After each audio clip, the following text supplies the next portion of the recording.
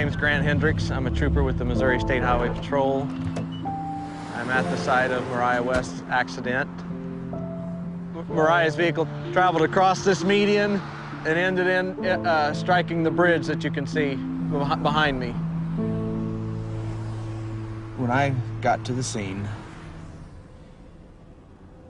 her face was disfigured from sliding down the roadway.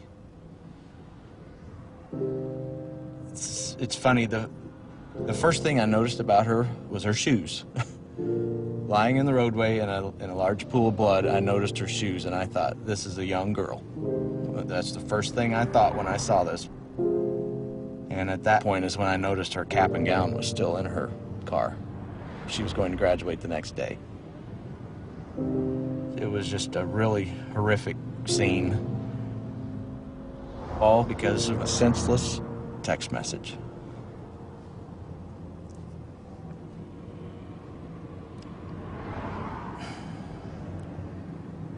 It's just sad. Sorry, it's just sad.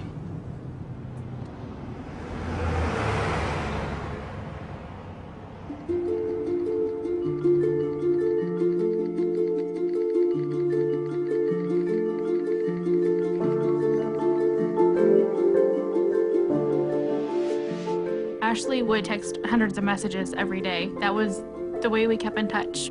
We would definitely text more than we talked. Mariah was a multitasker extraordinaire. She could text better than anyone I know. She could be having one conversation with me, completely focused, while having a text conversation with somebody else. When you do something 7,000 times a month, you tend to learn where those 26 letters are. We would be at school, at home, movies, bowling, driving. not even looking at her phone. Just simple, Insignificant. Useless bullshit, whatever it may be. about anything and everything. Just a way to pass the time. It didn't matter where we were constantly texting. This is my sister. She was looking at my message that I had just sent her. When she looked up, she had clipped the median on the left-hand side of the road. Her truck flipped, and as it was flipping, she was actually ejected through the driver's side door, and she landed in the ditch about 300 feet from her truck. People will tell you over and over again, it's not your fault. But knowing that you were the person that she was talking to when she was killed. Just knowing, having a highway patrol officer write in a report that a text message sent at 12:05 is the reason that she is dead is not something that will ever go away. If I could talk to her one last time, I would just say, I'm sorry.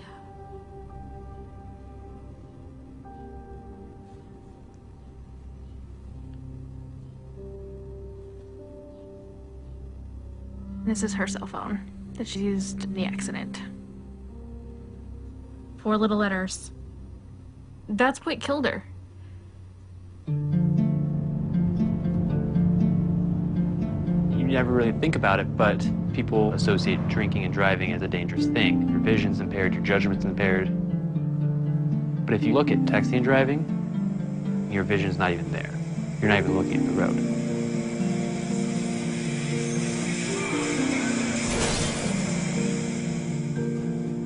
If someone were to ask me to drive down the road and close your eyes for 5 seconds or 6 seconds, I would never even attempt that.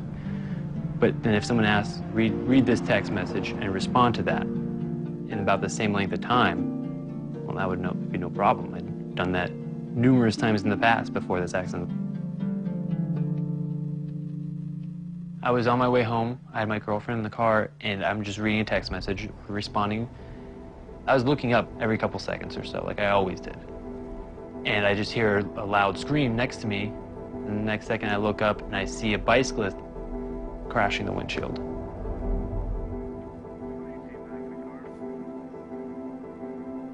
When I got out of the car, he didn't have a pulse, he wasn't breathing. He wasn't alive. There are no words to describe the level of grief, the level of depression and self-hatred I was going through. My first year of college, I just remember one girl recognizing me and saying, oh, I remember hearing about you You're that guy who hit the bicyclist because you were texting and driving. That was actually the day before I ended up going to the hospital for emotional problems. I sent one stupid, meaningless text, LOL, and killed a man.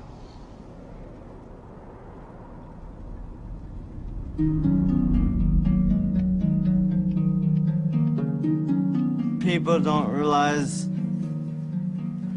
it could just take 3 seconds.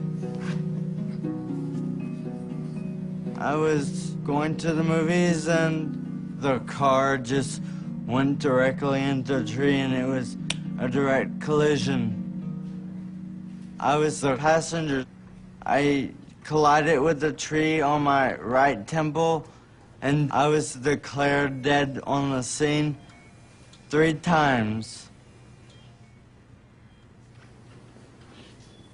I used to be able to drive.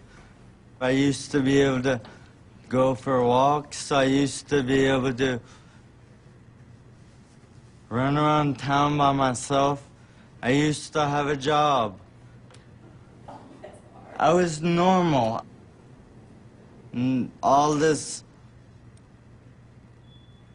I cannot do anymore because they had the text. This is the text message that changed my life forever.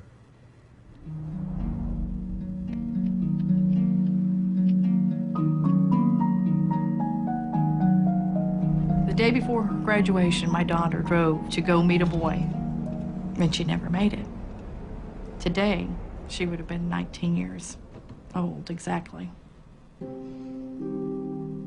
Mariah never wanted a minute to go by that she wasn't doing something. She wanted to do everything all at one time with friends and family and just having a good time. That's what she loved. Friends would tell me from school that, you know, the best part of the day at school was Mariah coming down the hall because she'd stop to give everyone a hug.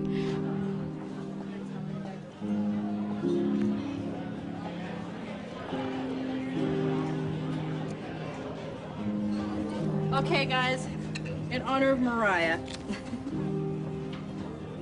Happy birthday to you. Happy birthday to you.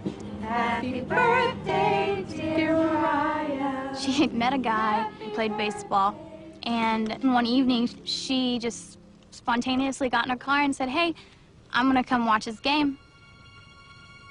He was texting her to tell her directions of where she needed to go.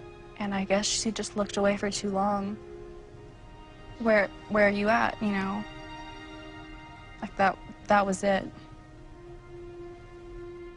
One of her friends had no idea that she had been in an accident, so he kept texting. We ended up having to send him a text back to say, please stop. She's in critical condition in the hospital, and we don't know if she'll even make it. She always worked her magic, you know, and still to this day, without her being here, she's so much still a part of our lives every day. She was our sunshine. She really was.